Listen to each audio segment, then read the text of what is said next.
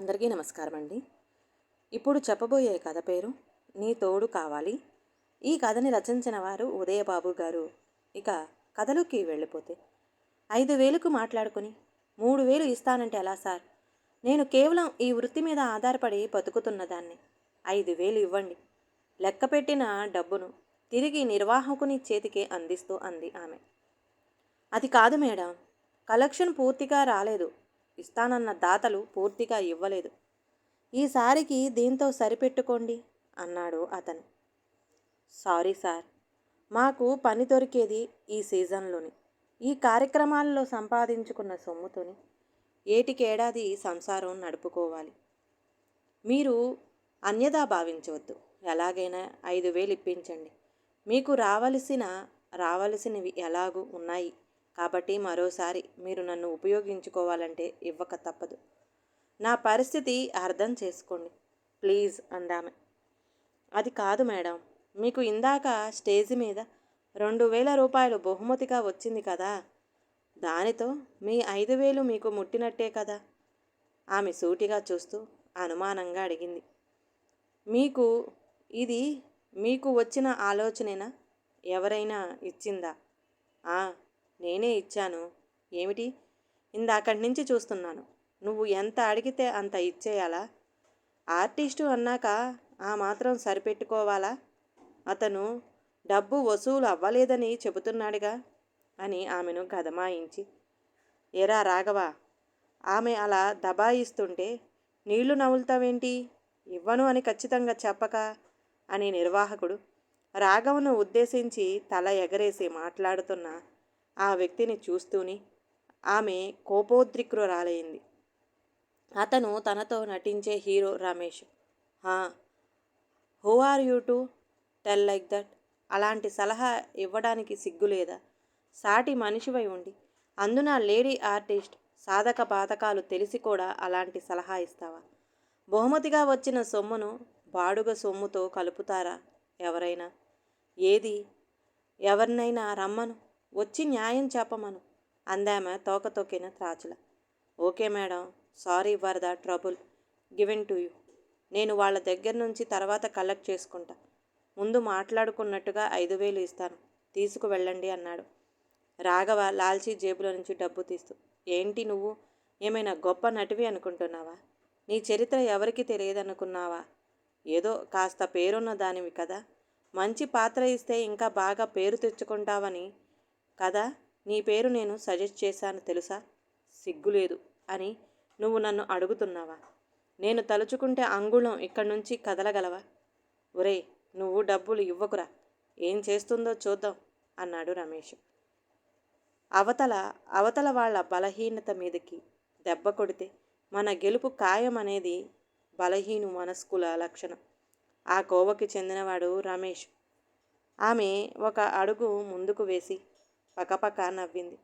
రాఘవ ఇచ్చిన డబ్బు తీసుకొని లెక్క పెట్టుకుని సంతృప్తికరంగా దాన్ని భద్రపరుస్తూ అంది. ఏమిటి చరిత్రల దాకా వెళుతున్నావు?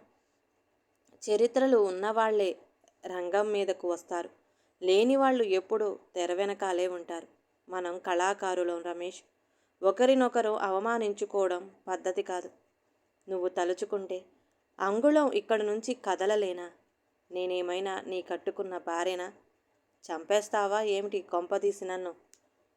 ఆడది కోరి వస్తే అనుభవించాలి కానీ బలవంతంగా అనుభవిస్తే ఏమంటారో తెలియదా నీకు?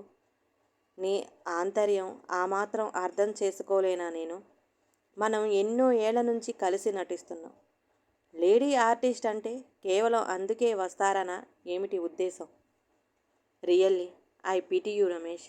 ఎనీహౌ, కఠినంగా మాట్లాడినందుకు మన్నించండి రాఘవ గారు. మీరు ఇచ్చిన ఈ డబ్బు వాడుకున్నంతకాలం మీ పేరు చెప్పుకొని మరీ తింటాను. నేను వెళతాను అందామె వెళ్ళడానికి ఉద్యుక్తురాలు అవుతూ. రమేష్ ఆమెను వెటకారంగా చూసి విసవిస వెళ్ళిపోయాడు. ఇంత రాత్రి వేళ, ఇప్పుడు టైం 2 గంటలు కావస్తుంది. మీరు వెళ్ళడానికి ఏ విధమైన ట్రాన్స్పోర్టు దొరకదు రాఘవ అన్నాడు. నాకు తెలుసు సార్, ఏ లారీ దొరికినా ఎక్కేస్తాను, పర్వాలేదు. నేను ఈ రాత్రి ఈ ఊళ్ళో ఎవరింటికి వచ్చినా ఆ ఇంటి ఆడదాని కంటి మీద కునుకు ఉండదు. అది నాకు ఇష్టం ఉండదు. పోనీ ఈ రాత్రికి ఊర్లో నాకు మీరు ఆశ్రయం కల్పించగలరా చెప్పండి. రాఘవ మాట్లాడలేదు. తెల్లవారే వరకు మీ ఇంట్లో ఆశ్రయం ఇవ్వగలరా? మీ వాళ్ళు ఒప్పుకుంటారా? మాలాంటి వాళ్ళు వేదిక మీద రంగు వేసుకున్న ముఖాలతో నటిస్తుంటే ఆనందిస్తారు కానీ ఆ రంగు తీసేస్తే వాళ్ళు మనలాంటి వాళ్లే అని ఆలోచించే మానవత్వపు రోజులు ఎప్పుడు మంట కలిసిపోయాయి సార్. నేను ఎలాగోలా వెళ్తాను. నేను లారీయో రిక్షాయో ఏదో ఒకటి ఎక్కేంత వరకు మీరు తోడు ఉండండి చాలు అంది ఆమె. మీకు ఆశ్రయం నేను ఇస్తాను, మీకు అభ్యంతరం లేకపోతే. అప్పటి వరకు కీనీడలో నిలబడి వేసుకున్న వ్యక్తి 2 అడుగులు ముందుకు వేసి అన్నాడు. వెలుతురులో అతను ఇప్పుడు స్పష్టంగా కనిపిస్తున్నాడు. అతన్ని చూసి ఒక్కసారిగా నిశ్చేష్టురాలైపోయింది ఆమె. అతను కరణ్, మహేంద్ర కరణ్. మీరు మీరు ఇక్కడ? నేను ఇక్కడ డాక్టర్గా పనిచేస్తున్నాను అర్చన. నీకు అభ్యంతరం లేకపోతే మా ఇంట్లో ఉండి ఉదయమే వెళ్ళుదువు కానీ. నో కరణ్, నేను మీ ఇంటికి వచ్చి ఇబ్బంది పెట్టలేను. నేను తెల్లవారే వరకు ఇక్కడే ఉండి వెళ్తాను. మీరు మరో మాట మాట్లాడితే నా మీద ఒట్టే. ప్లీజ్ రండి. చాలా రోజుల తర్వాత నటనలో మీ విశ్వరూపాన్ని చూశాను. మధురవాణి పాత్ర మీకోసం గురుజాడవారు రాశారా అన్నంత అపూర్వంగా నటించారు. అందులకు మీకు కృతజ్ఞతలు. ఇక మా ఇంట్లో మీరు ఇంటికి వస్తే కొనుక్కు పట్టని ఆడది అదే మా ఇల్లాలు లేదు. నేను పెళ్లి చేసుకోలేదు కాబట్టి. పెద్దావిడ మా అమ్మగారు ఉన్నారు. మీకు ఏ భయం లేదు రండి అన్నాడు అతను కలుపుకోలుతనంగా చిరునవ్వుతో. ముందు అక్కడి నుంచి బయటపడవచ్చు అనే భావంతో ఆమె తన చిన్న బ్రీఫ్ కేసు అందుకొని రాఘవతో అంది.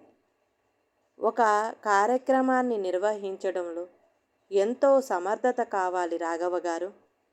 ఆ నైపుణ్యం మీకు ఉంది. మీరు నటులు కాకపోయినా ఇంత చక్కని కార్యక్రమాలు ఏర్పాటు చేసి అటు ప్రజలకు మరుగున పడిపోతున్న నాటకాన్ని, అందులోని ఆనందాన్ని అందజేస్తారు. ఇటు మా వంటి కళాకారులకు ఇలా జీవనోపాధి కల్పిస్తున్నారు. మీ కృషి నిజంగా అభినందనీయం. నేను మిమ్మల్ని బాధించి ఉంటే మన్నించండి. సెలవు. అర్చన అన్న మాటలకు రాఘవ ఎంతో కృతజ్ఞతాపూర్వకంగా చేతులు జోడించాడు. అర్చన చేతిలోని బ్రీఫ్ కేస్ కరణ్ చనువుగా తీసుకుని ముందుకు నడుస్తుంటే ఆమె అనుసరించింది. అమ్మ పడుకుంది, అందుకే ఇంటికి తాళం వేసి వచ్చాను. నెమ్మదిగా శబ్దం రాకుండా తలుపు తాళం తీస్తూ అన్నాడు కరణ్. హాలుకు ఎదురుగా ఉన్న బెడ్రూమ్ నుంచి సన్నగా గొరక వినిపిస్తుంది. ఒక అత్యంత క్షేమకరం ప్రదేశంలోకి వచ్చినట్టు ఫీల్ అయింది అర్చన. కూర్చోండి, ఇది మా కుటుంబ ఆల్బమ్, చూస్తూ ఉండండి అని ఆల్బమ్ చేతిలో పెట్టి కిచెన్లో దూరాడతను. సరిగ్గా 5 నిమిషాలలో పొగలు కక్కుతున్న నెస్కెఫే కప్పుతో వచ్చాడు. సూర్యోదయం అవ్వకుండానే నెస్కెఫే ఇస్తున్నాను, తాగి రిలాక్స్ అవ్వండి అన్నాడు కప్పు అందిస్తూ. అర్చన అందంగా నవ్వింది. మీకు శ్రమ కలిగించాను అంది అర్చన తొలిసిప్ కోసం కప్పును పెదవులకి ఆనించుకుంటూ. కొన్ని సేవలు ఆనందాన్ని కలిగిస్తాయి, మరియు కొన్ని సేవలు అనుభూతులను మిగులుస్తాయి. మీరు నాకు 2వ రకం శ్రమ ఇచ్చారు. ఒకనాడు మీరు కన్నెత్తి చూసి పన్నెత్తి పలకరిస్తే చాలు అనుకునేవాడిని. నా ఏకలవ్య ప్రేమ మిమ్మల్ని మా ఇంటికి వచ్చేలా చేసింది. అంటే మీ మీద నా ప్రేమ 100కు 100% నిజమని అర్థమైంది. ఆనాడే ధైర్యం చేసి ఉండాల్సింది. తప్పు చేశాను. మీరు రావడం నాకు చాలా ఆనందంగా ఉంది అన్నాడు కరణ్. ఆమె కళ్ళు చెమర్చలేదు కానీ మనసు ఆరుద్రమయ్యింది. నేను ఇంక పడుకుంటాను అంది. అప్పుడేనా అని అతను కప్పులతో కిచెన్లోకి వెళ్ళి టవల్తో తిరిగి వచ్చాడు. వేడి నీళ్లు పెట్టాను. బాగా అలసిపోయి ఉన్నారు. వెళ్ళి స్నానం చేసిరండి. హాయిగా నిద్ర పడుతుంది. ఆమె అరమేడుపు కన్నులతో అతన్ని చూసింది. అతని చూస్తున్న కొద్దీ ఆమె గుండె బరువెక్కసాగింది. అమ్మో, అనవసర ఆలోచనలు వచ్చే సూచనలు కనిపిస్తున్నాయి అనుకొని అతను అందించిన టవల్స్ అందుకొని బ్రీఫ్ కేసులో ఉన్న నైట్ డ్రెస్ తీసుకొని బాత్రూంలో దూరింది. 10 నిమిషాల అనంతరం ఆమె తేటపడిన ముఖంతో ఆధునిక వనితలా బయటకు వచ్చింది. అతను సంభ్రమాశ్చర్యాలతో ఆమెను గమనించాడు. మీరు ఈ రూమ్లో పడుకోండి, నేను హాల్లో పడుకుంటాను అన్నాడతను. మీకు కృతజ్ఞతలు ఎలా చెప్పాలో తెలియడం లేదు అంది అర్చన విద్యార్థినిలా చేతులు కట్టుకొని. ఉదయం లేచాక చెబుదురు కాని, తలుపులు వేసుకొని పడుకోండి అన్నాడతను. తలుపులు వేసుకొని పడుకోవడం మిమ్మల్ని అవమానించినట్టే. గుడ్ నైట్ అందామె బెడ్రూంలోకి నడుస్తూ. Good night. ఈ పరీక్షలో నేను నెగ్గుతాను.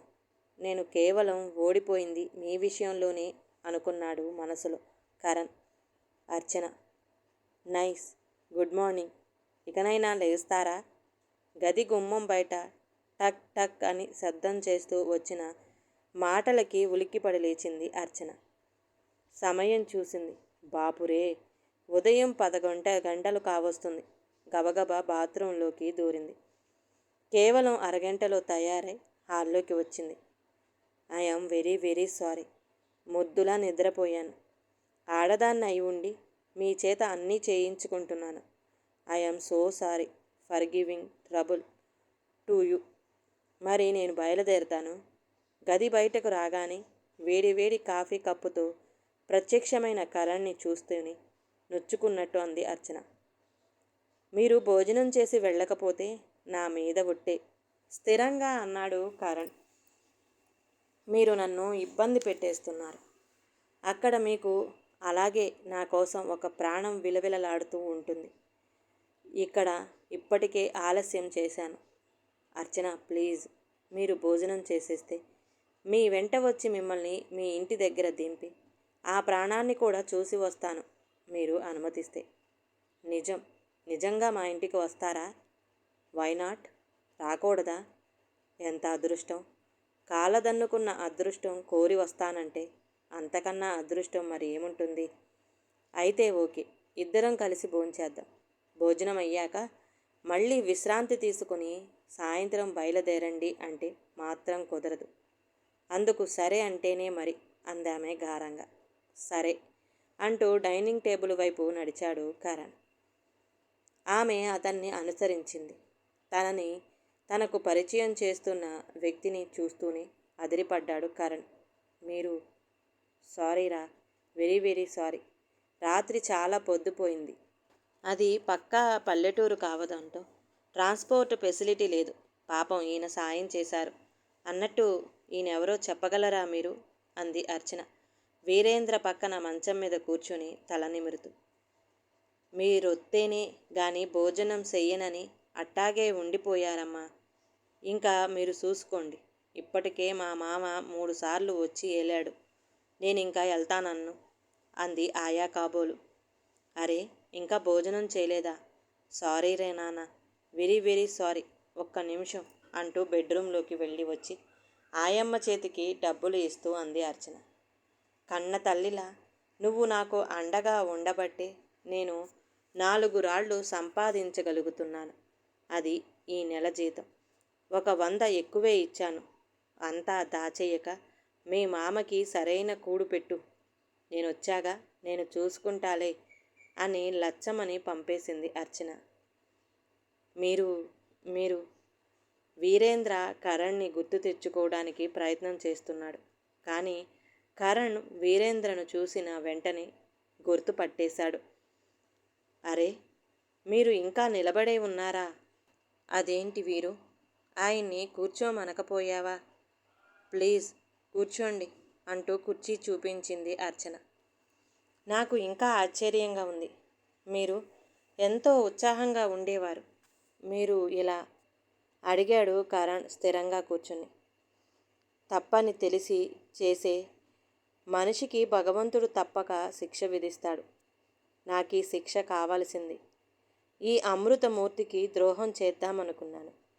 నేను చేస్తున్నది తప్పని తెలుసు. అయినా మగవాడిని అనే అహంకారంతో నన్ను నమ్మి వచ్చిన ఆ ఆడదాన్ని ఓడించగలిగాననే గర్వం నాకు ఈ శిక్షను విధించింది. నా నమ్మక ద్రోహానికి ఈ శిక్ష చాలదు కరణ్ అంటూ కరణ్ చేతుల్ని తన చేతుల్లోకి తీసుకొని విలపించసాగాడు వీరేంద్ర. డాక్టర్ నిన్ను ఉద్రేకపడవద్దు అని చెప్పాడా లేదా? సరదాగా నవ్వుతూ. చక్కగా కబుర్లు చెప్పుకోవాలి గాని జరిగిపోయిన తతంగమంతా ఎందుకు?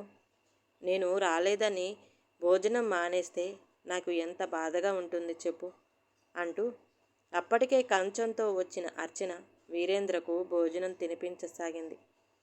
తన కార్యక్రమం ఎంత బాగా జరిగిందో అంతా పోసగుచ్చినట్టు వీరేంద్రకు చెబుతూ నవ్విస్తూ భోజనం తినిపించింది.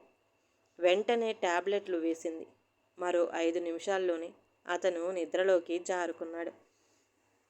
సారీ కరణ్, మీకు చాలా శ్రమ ఇచ్చాను. రండి, హాల్లో కూర్చుని మాట్లాడుకుందాం. ఏం తీసుకుంటారు? Coffee, tea? నాకేమీ వద్దు. మీకు అభ్యంతరం లేకుంటే.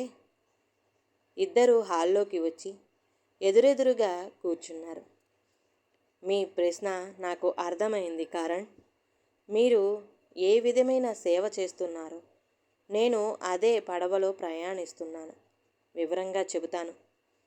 మీ ఇంట్లో మీరు ఒక మాట అన్నారు గుర్తుందా? తన కాళ్ళ మీద తాను నిలబడని వ్యక్తి ఎవరైనా సరే తాను బ్రతికి ఉన్నంత వరకు కేవలం తన తల్లి వల్లనే అలా ఉన్నాను అని గుర్తించగలగాలి అని. ఆ శక్తి నాకు నా మాతృమూర్తి ఇచ్చింది. అవును కరణ్, అమ్మ ఓర్పే నాకు రాకుంటే నేను ఈనాడు ఆత్మహత్య చేసుకుని ఉండేదాన్ని.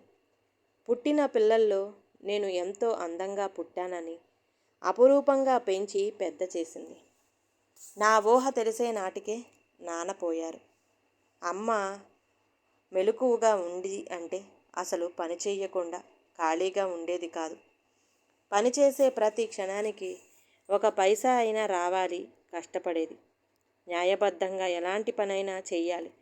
డబ్బు సంపాదించి నన్ను బాగా చదివించి పెద్ద ఉద్యోగస్తురాలిని చెయ్యాలి అన్న ఉద్దేశంతో నాకు సంగీతం, డ్యాన్స్, కరాటే అన్నీ నేర్పించింది. మీకు తెలుసుగా, కాలేజీ బ్యూటీగా మీ కుర్రాళ్ళందరూ నాకు నీరాజనాలు పడుతూ నా ఇంటి చుట్టూ తిరుగుతున్నప్పుడు వారందరితో లౌక్యంగా ఎంతవరకు ఎలా ప్రవర్తించాలో నేర్పింది. నన్ను మోసం చేసినా పర్వాలేదు, నిన్ను నువ్వు మోసం చేసుకోకు తల్లి అని హెచ్చరించేది అమ్మ. అమ్మను మోసం చేస్తూనే నన్ను నేను సరిపెట్టుకుంటూ సాంస్కృతిక కార్యక్రమాల సెక్రటరీగా ఉన్న వీరేంద్రను అభిమానించడం మొదలుపెట్టాను. నాలో ఉన్న కళను గుర్తించి అతను ప్రోత్సహించడమే అందుకు కారణం. ఎందరో ప్రేమలేఖలు అందుకున్న నేను నా పట్ల ఆనాటి కాలేజీ హ్యాండ్సమ్ అనిపించుకున్న మీ ఆరాధనను అర్థం చేసుకున్న ప్రతిస్పందించలేకపోయాను. వీరేంద్ర అత్యంత చలాకీతనం, ముఖ్యంగా అతని ధైర్యం అతనంటే ఇష్టపడేలా చేశాయి. నా మనసుకు గ్యాలం వెయ్యగలిగానని అతడు గుర్తించిన వెంటనే నన్ను ఒక శుభముహూర్తాన తీసుకుపోయాడు. ఇంట్లో డబ్బు నగలతో అతనితో వెళ్ళిపోయాను. అతను నన్ను నమ్మించి దోచాల్సినవన్నీ దోచుకొని నేను ఆ మత్తులో ఉండంగానే నీ వాళ్లను కలుసుకోవడానికి ఇది ఉపయోగిస్తుంది. నిజానికి నిన్ను బ్రోసల్ హౌస్కే అమ్మేద్దాం అనుకున్నాను. కానీ నేను అనుభవించిన అందం అలా క్షణక్షణం చిత్రవద కావడం నాకు ఇష్టం లేదు. ఇంటికి వెళ్ళి తప్పు ఒప్పుకొని మీ అమ్మ చేసిన పెళ్లి చేసుకో అని ఉత్తరం రాసి తన సెల్ ఫోన్ ఇచ్చి వెళ్ళిపోయాడు. 2 గంటలు గడవక ముందే అతని నుంచి హృదయ విదారకమైన ఫోన్. ఘోరమైన లారీ యాక్సిడెంటులో జరిగి 2 కాళ్ళు నుజ్జు నుజ్జు అయిపోయిన నిస్సహాయ స్థితిలో వచ్చింది ఆ ఫోన్. చాలా చాలా హాయిగా నవ్వుకున్నాను. ఆ యాక్సిడెంట్ జరిగి ఉండకపోతే అతను తప్పక నాకు దూరం అయ్యేవాడు. నిష్కల్మషంగా నమ్మినందుకు దేవుడు వాడికి తగిన శిక్ష వేశాడు. నా తప్పు ఒప్పుకొని అమ్మ ఒడిలో తలపెట్టుకుని మనసారా ఏడవాలని బయలుదేరాను. అప్పటికి 100కు పైగా మిస్డ్ కాల్స్ వాడి దగ్గర నుంచి. నన్నైనా మోసం చెయ్యి తల్లి, నిన్ను నువ్వు మోసం చేసుకోకు తల్లి. ఓర్పు సహనం స్త్రీకి శ్రీరామ రక్ష అన్న అమ్మ మాటలు పదే పదే గుర్తుకు తెచ్చుకున్నాను. అమ్మ తనని తాను పోషించుకోగలదు, కానీ వీరేంద్ర నేను తప్పు చేయడానికి అవకాశం ఇచ్చాడు. అది నా తప్పే. నా తప్పుకు నేను శిక్ష విధించుకోవాలి. అందుకే వాడిని క్షమించాను. అతనికి 2 కాళ్ళు లేవు. ఊహించని ఆ ప్రమాదం వల్ల 2 చేతులు కదులుతాయి కానీ ఏ పని చెయ్యలేవు. అప్పటి నుంచి వాడి కోసం ఈ బతుకు బతుకుతున్నాను. మధ్యలో వెళ్ళి అమ్మ తెచ్చుకున్నాను. నా తప్పును మన్నించి నా దగ్గరకు ఉండగలిగింది, కానీ నా స్వయంకృత అపరాధానికి మోగ వేదన అనుభవిస్తూ నా చేతుల్లోనే మరణించింది. ఆనాడే మీకు నా అంగీకారం తెలిసి ఉంటే నా జీవితం మరోలా ఉండేది. మీతో కలిసి నడిచే అదృష్టం నాకు లేదు కరణ్, అందామె నిస్సహాయంగా. నీవు నాతో కలిసి నడుస్తానని మాట ఇస్తే అవకాశం ఉంది అర్చన. ఆమె సంబరంగా చూసింది. మీరు మా అమ్మలాంటి నిస్సహాయులకు ఒక సంస్థ నెలకొల్పాలని నేను ప్లాన్స్ సిద్ధం చేస్తున్నాను. మనం చేసిన తప్పును దిద్దుబాటు చేసుకొని ముందుకు సాగడంలో నీ సంపూర్ణ సహకారం నాకు కావాలి. ఏమంటావ్? అతని 2 చేతులను తన చేతుల్లోకి తీసుకొని మాట ఇస్తూ సంతృప్తి నిండిన నయనాలతో సువర్ణ భాండం లభించినంత సంతోషంగా చిరునవ్వు నవ్వింది అర్చన. ఈ కథ కనుక నచ్చితే ప్లీజ్ అండి లైక్ చేయండి. అలాగే ఛానల్ని సబ్స్క్రైబ్ చేసుకోవటం మాత్రం మర్చిపోమాకండి. మీ విలువైన అభిప్రాయాన్ని కామెంట్ బాక్స్లో కామెంట్ చేయండి. అందరికీ ధన్యవాదాలండి.